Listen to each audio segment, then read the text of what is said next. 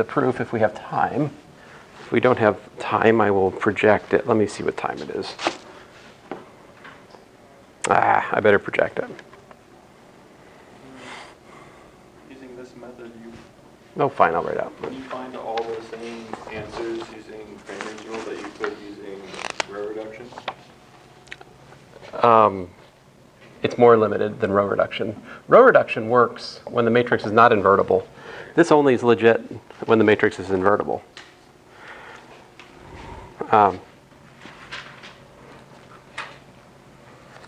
I'll project it. Let me be lazy. Be lazy here.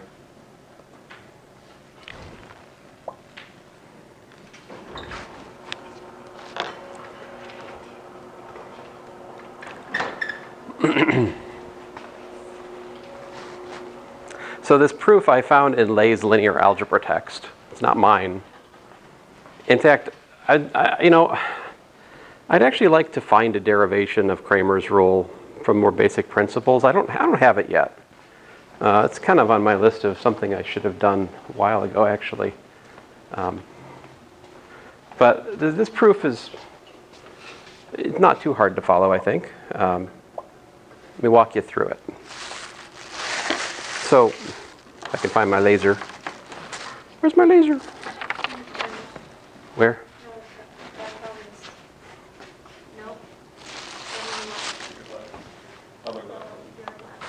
My left. Oh, yeah, left. Oh, here. Oh, thank you. Whew, that was an adventure. All right, so here we go. Determinant of A is non-zero, and we know that AX equals to B has a unique solution as a consequence of that, all right?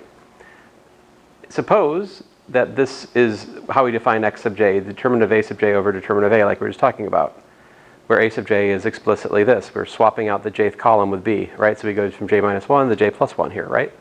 We seek to show that this is a solution.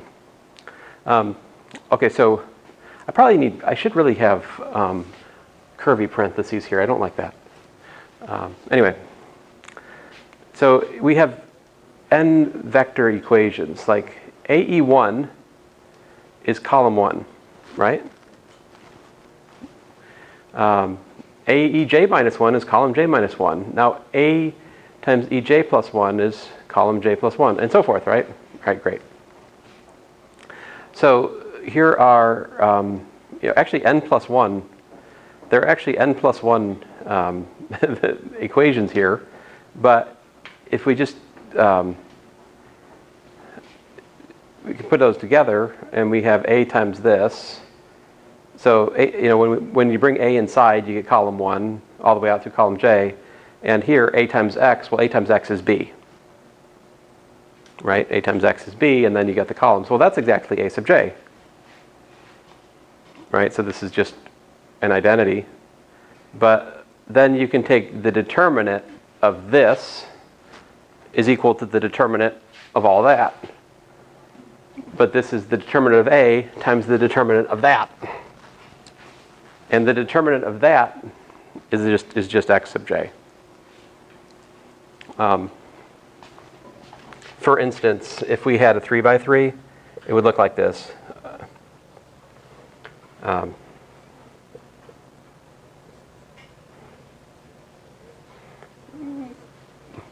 Like here's the, what would the determinant of this be?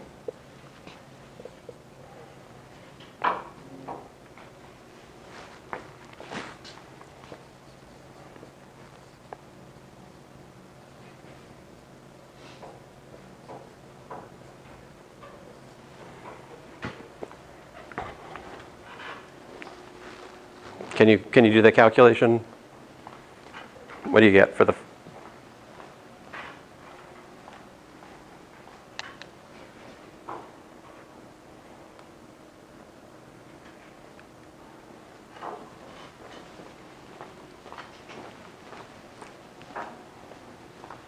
So you see what you have here when you work this out is just x2. And when you work this one out, well, that one's easier.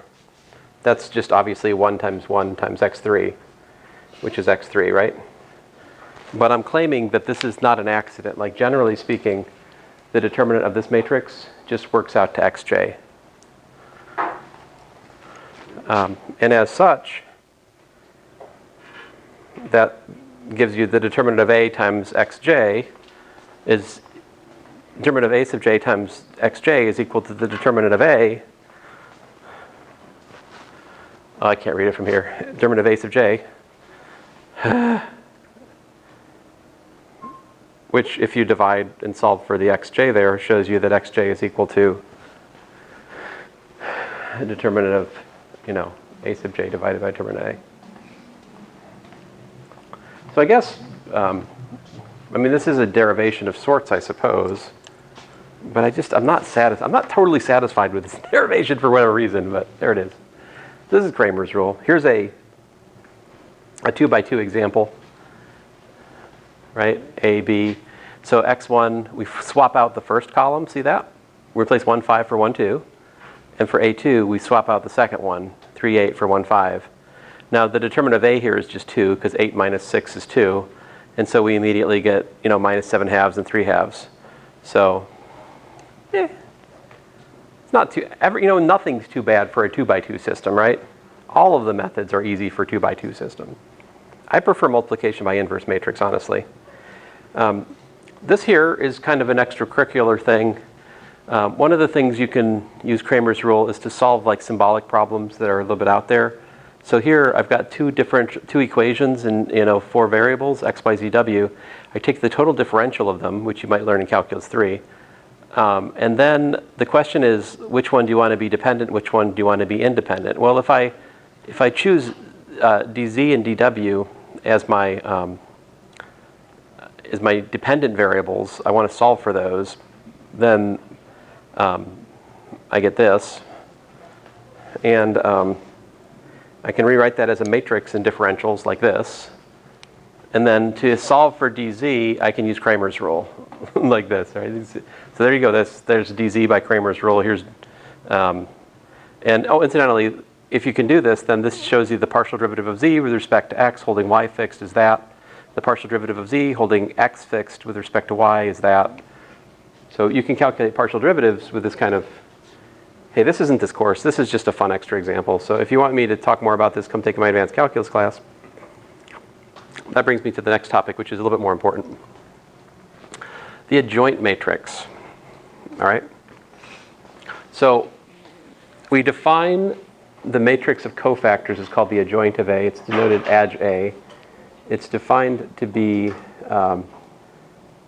C. So the adjoint of Aij is Cij transpose, where Cij is the ith cofactor. Let's make it a little bit more explicit here. So the cofactor I've defined earlier, but let's see how it works in the 2x2 case. So like C11, I've got minus 1 to the 1 plus 1 times the determinant of D. Like, what's going on here? So this is the first column, the first row. Get rid of those. What are you left with? D. So that's why there's a D here.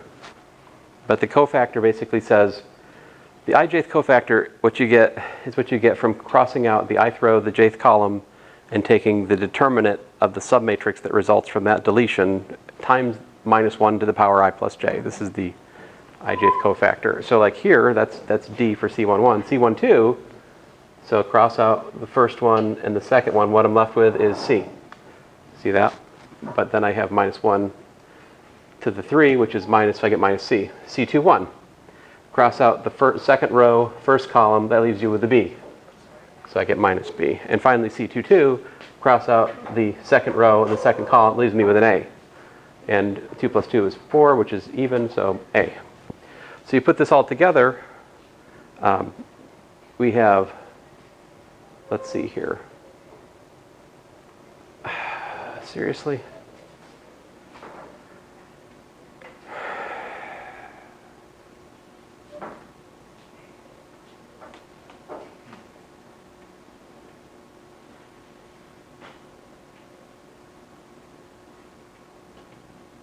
I think I'm missing a transpose.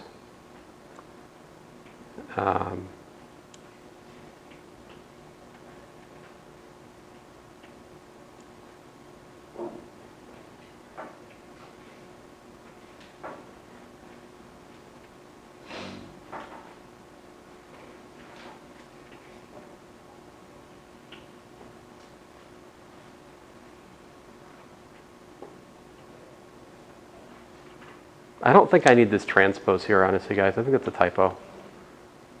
Anyway, let me think some more about this later, but I think that transpose is not supposed to be there. Something has to give, all right? Like this matrix, I've got the 1, 2 spot is minus C, and I put minus C here, right? So if I do that, I don't have a transpose here. I'm saying that the 1, 2 component of the adjoint is the C1, 2, which I've just calculated here to be minus C. All right? Now, however, this is not the matrix that appears in the 2 by 2 inverse formula, is it? It's you have to flip it. So it is true the 2 by 2 matrix formula needs that transposition. All right? And so I think if we delete the transpose here, then I think this is fine. And I do think that's what this is like the correct formula. So A inverse is 1 over the determinant of A times the transpose of the adjoint, so-called classical adjoint. And that's a formula for the inverse of a matrix. Wait a minute, that's a formula for the inverse of a matrix. And I'm telling you what happens in the 2 by 2 case? Good for the n by n case. In fact, this is generally true. The inverse matrix, if A is invertible, the determinant's non-zero, and this is a formula for the determinant. The proof of that rests on Cramer's rule. You're trying to solve these n equations, right? AV1 equal to E1, AV2 equals to E2, AVN equals to En, right? How do you do that? Well, Cramer's rule tells you that the jth component of this is just given by C1j divided by determinant of A, where C1j is exactly this business here, which is got from deleting the first column and replacing it with E1. But if you think about that, what that does, when you calculate the determinant expanding on the first column, you're going to basically end up crossing out the first row and the first column, and you're left with that submatrix that you're taking the determinant of, which is exactly what we've called the minor, if you read the chapter before that point. So anyway, if you put everything in order, this is derived from Cramer's rule, just looking at these equations. Simple as that. But you're like, well, wait a minute. If there's a formula for the inverse of a matrix, then why did you put me through all that stuff like the surprise attack mission last time? Why do we have to do the row reductions? You tell me there's a formula, right? So why don't we just learn the formula? This is why. For the 3 by 3, this is C12, C11, C12, C13, C21, C23, C23, C31, these guys. C11 comes from crossing out the first row and the first column, leaves you with EFHI, so EI minus FH, that's your cofactor for 1, 1. Cofactor for 1, 2, you cross out the first and the second, you're left with this DFHI, which gives you that, and so forth on down the line. And then, great.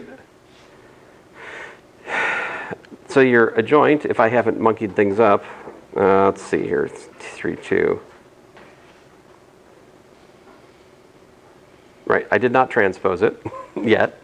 So this is the adjoint, and the adjoint is just the C matrix, as I'm calling it at the moment. But what? Dude, there's a fraction here. 1 over the determinant of A times that was the formula. Dummy, me, not you. There you go, that is the formula for the 3 by 3 inverse.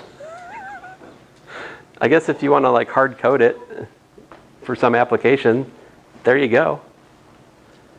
I strongly recommend not memorizing this. I did have a student once memorize this. And I was very disturbed by this. I was like reading his work, I'm like, how did he invert this 3 by 3 matrix? Like, how did he do it? And then I realized, he's memorized the formula. But this was a strange student. So anyway. Very strange student. His name is Min. He's now his second postdoc in differential geometry somewhere. Can't remember which school he went to. He's somewhere. Anyway, thanks guys.